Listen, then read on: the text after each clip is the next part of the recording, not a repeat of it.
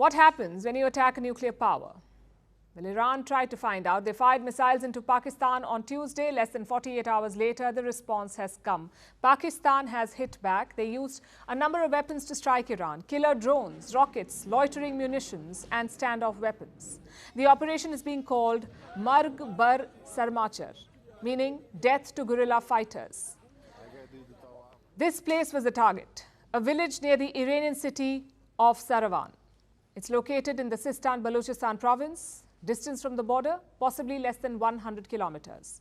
Now, Pakistan says it was attacking Baloch militants, members of a group called the BLA, the Baloch Liberation Army, BLA. Their goal is to create an independent Balochistan, basically to break away from Pakistan.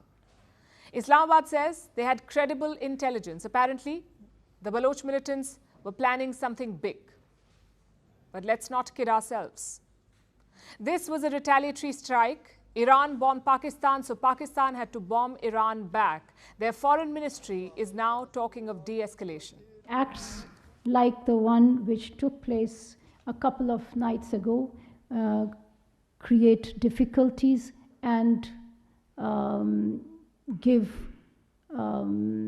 the adversaries of our friendship the pretext to create more difficulties in the region. We will continue to engage with our neighbor Iran to ensure that peace prevails and and that the two countries make concerted and coordinated efforts to combat the threat of terrorism. What about Pakistan's army? They're on high alert right now, but the army statement did focus on dialogue and cooperation. So clearly Pakistan has had enough. They've made their point. What about Iran? Well, Tehran has summoned Pakistan's top diplomat in the country. They've also condemned the strikes. As for casualties, 9 people were killed. Iran says all of them were foreign nationals. So should we assume that this conflict is over? Seems like it for now. But 2 worries still remain. One, no one knows for sure why Iran attacked Pakistan in the first place. On paper, it was about anti-terrorism, but strategically, it made little sense. Maybe Iran has more targets in mind. Maybe Tuesday's attack was just the start. The fact is, we don't know. Now to the second worry. What if Pakistan's attack pushes Iran over the top? Just think about it. The US has never struck inside Iran's borders. Neither has Israel, and these are sworn enemies of Iran. But Pakistan has crossed that red line. So Tehran may feel the pressure to respond to show who's the boss, which means the danger is not over yet. The next couple of days will be crucial. Pakistan's top officials are all returning to the country. The caretaker prime minister is coming back from Davos. The foreign minister is returning from Uganda. So it's all hands on deck.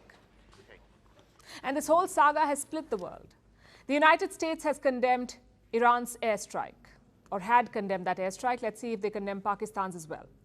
Meanwhile, China is spooked. They have a lot at stake in both these countries. Iran and Pakistan are key partners of Beijing. So China says, we can mediate.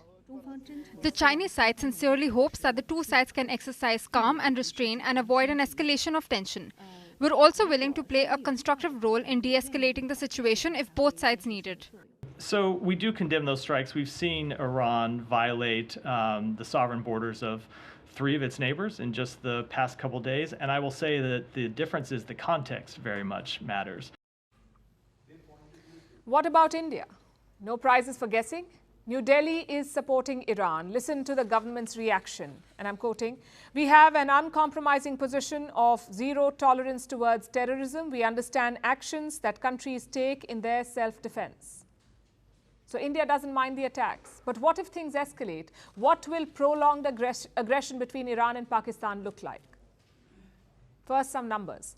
Pakistan has more than 650,000 military personnel. And Iran? Around 610,000. Pakistan's defense budget is around $6 billion. Iran's is much higher, closer to $10 billion.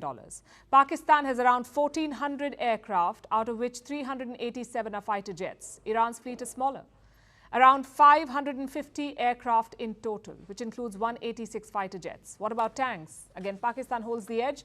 They have more than 3,700 tanks against Iran's 2,000. The naval fleet is evenly matched. Pakistan has 114 vessels. Iran has 101.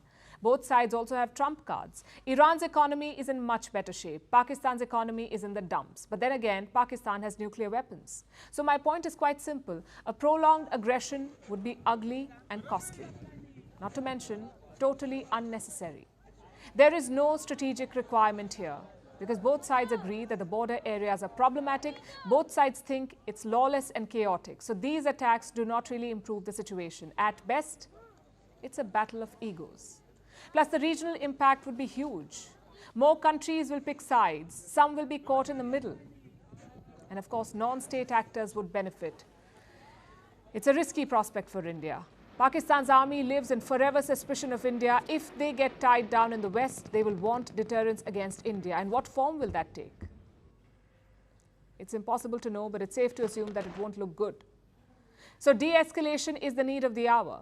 Both sides have struck each other. The scoreboard reads 1-1. Anything more is self-destructive.